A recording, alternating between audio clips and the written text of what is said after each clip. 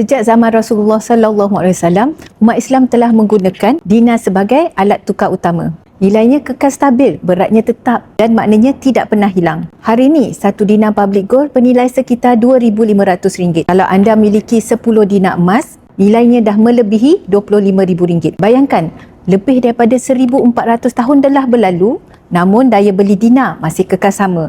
Inilah bukti nyata bahawa emas kalis inflasi. Kita mungkin hidup di zaman moden, tapi prinsipnya tetap sama. Simpan kekayaan dalam bentuk yang nyata, bukan angka digital yang mudah hilang nilainya. Jika Rasulullah dan para sahabat memilih emas, mengapa tidak kita? Dan mudahnya sekarang kita ada akaun emas GAP, di mana anda boleh mengumpul gram emas sehingga capai 4.25 gram atau 42.5 gram dan boleh terus fizikalkan kepada 1 dinar atau 10 dinar di tangan. Dengan kaedah ini, anda boleh miliki dinar-dinar anda sendiri dengan mesra bajet serendah RM100. Nak tahu bagaimana? Hubungi saya dan sertai keluarga Public Gold dengan rujuk pin video saya atau klik link di bio saya bimbing sebaiknya.